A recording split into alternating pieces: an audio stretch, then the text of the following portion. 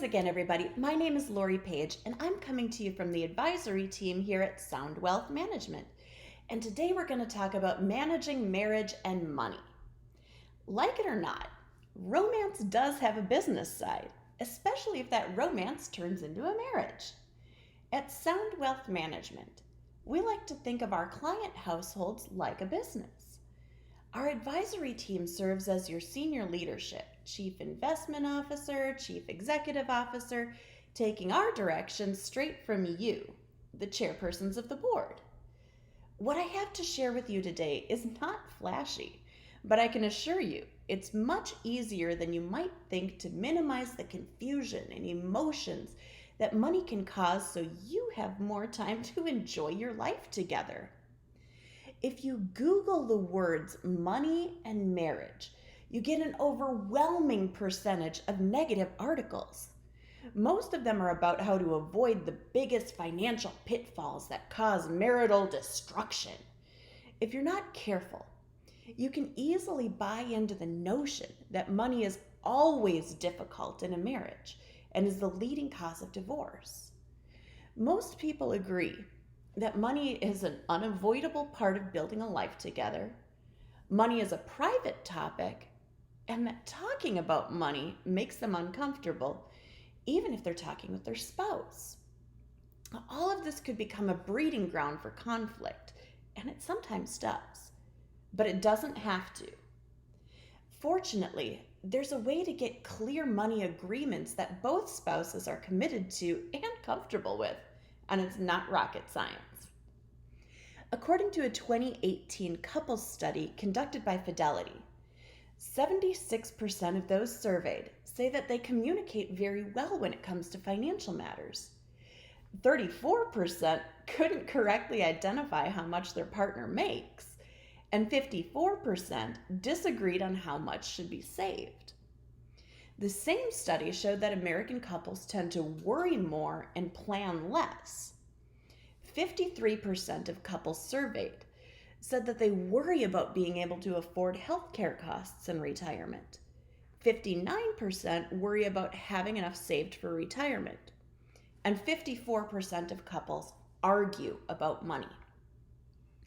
It's pretty clear that money, or communication about money, can be problematic in a marriage. But what about the good news? Well, just like the therapist would say, open and respectful communication is key. It also helps to have shared beliefs and values. Opposites might attract, but when it comes to opposite beliefs and values, there could be trouble ahead. It shouldn't be a surprise that for money and marriage to work, there should be agreements and systems in place. Both parties should work as hard as necessary to cultivate good habits, and both parties should adhere to whatever policies were decided upon and keep all agreements that were made. We'll start with communication in your marriage. How much time do you and your spouse spend talking every day? Now, this question refers to talking one-on-one about any topic, not just money. 5 minutes per day is what was found in one study. So if couples don't spend much time talking to each other about anything, it makes sense that they would naturally avoid tough topics like money unless it's really necessary. And by then, the situation is usually emotionally charged and urgent. Clearly, communication about money is an area that needs to be specifically addressed in a marriage. Why do you think it is that it's so difficult to talk about money? Why do you think most people have such a hard time with it? When you peel away the anger or frustration, which you begin to understand, and what many people finally admit is that they simply don't know how to talk about money. And that's great, as they say, because admitting that you have a problem is the first step towards solving it. The next step is to figure out your own and your spouse's communication style. Well, we all have hardwired and learned communication tendencies and preferences.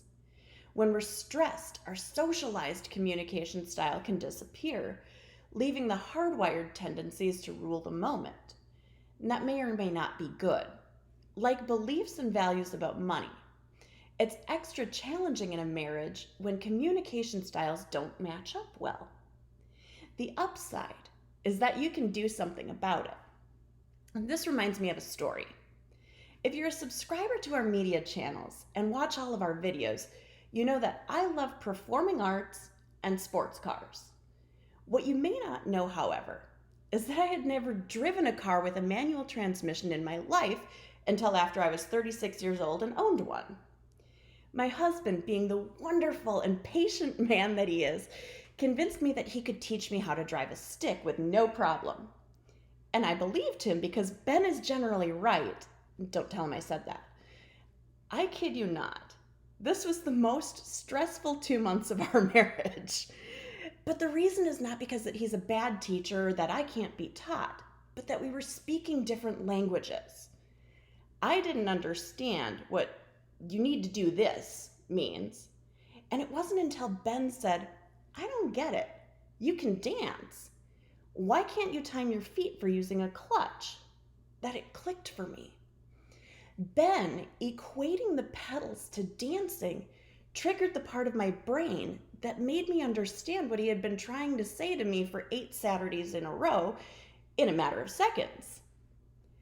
So if you and your spouse have the same communication style, more power to you.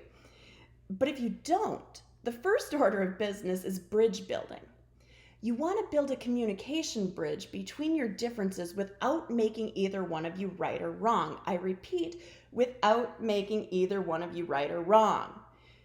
We each have preferred communication styles, like we learned in our manual transmission example.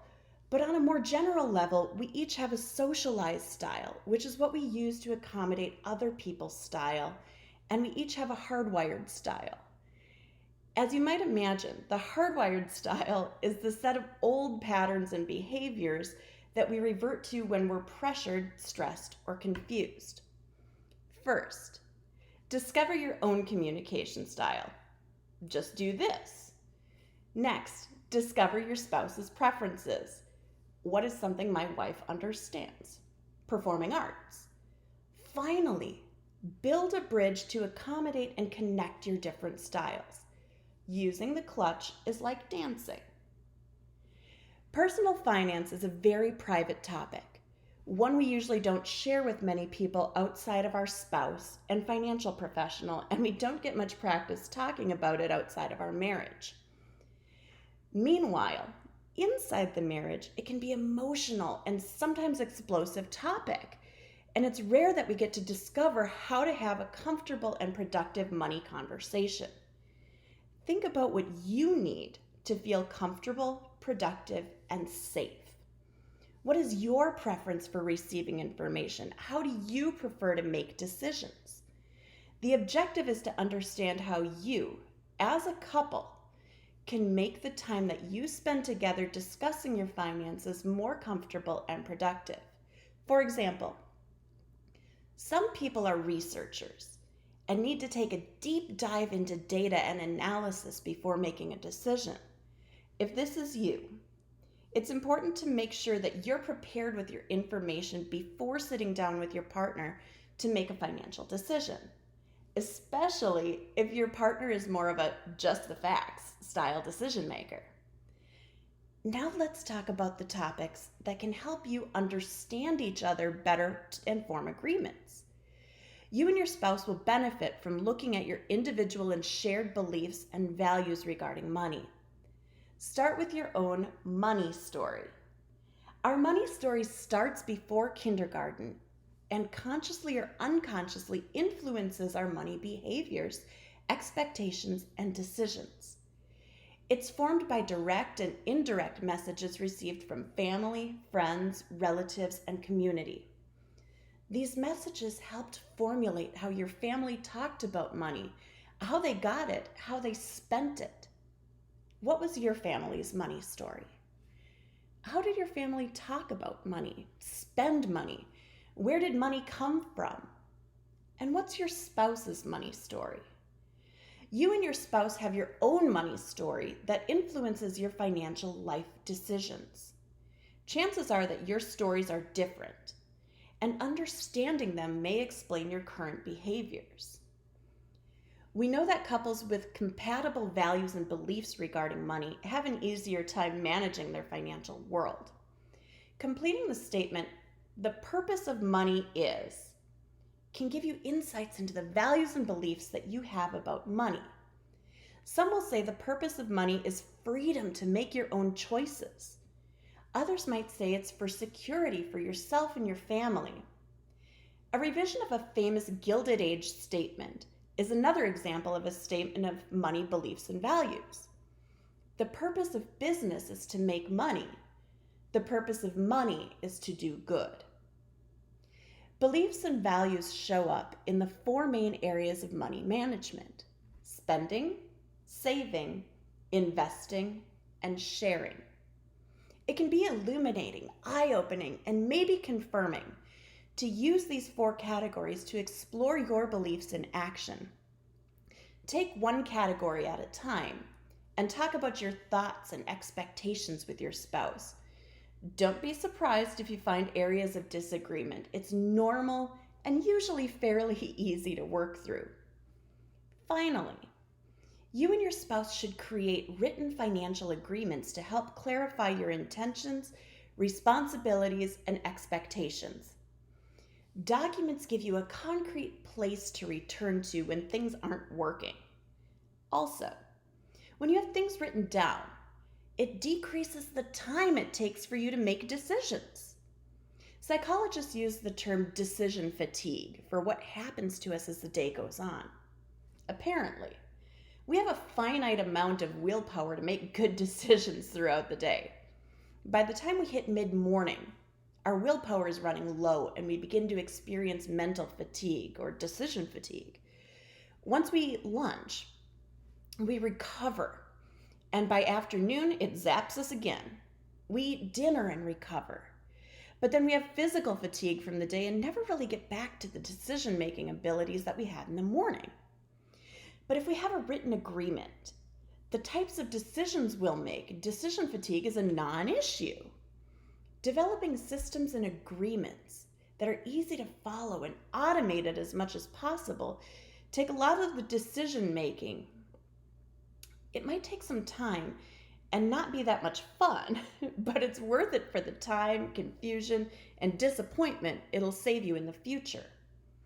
It won't be perfect, but it'll be an excellent foundation to build and rebuild as life does what it does: change.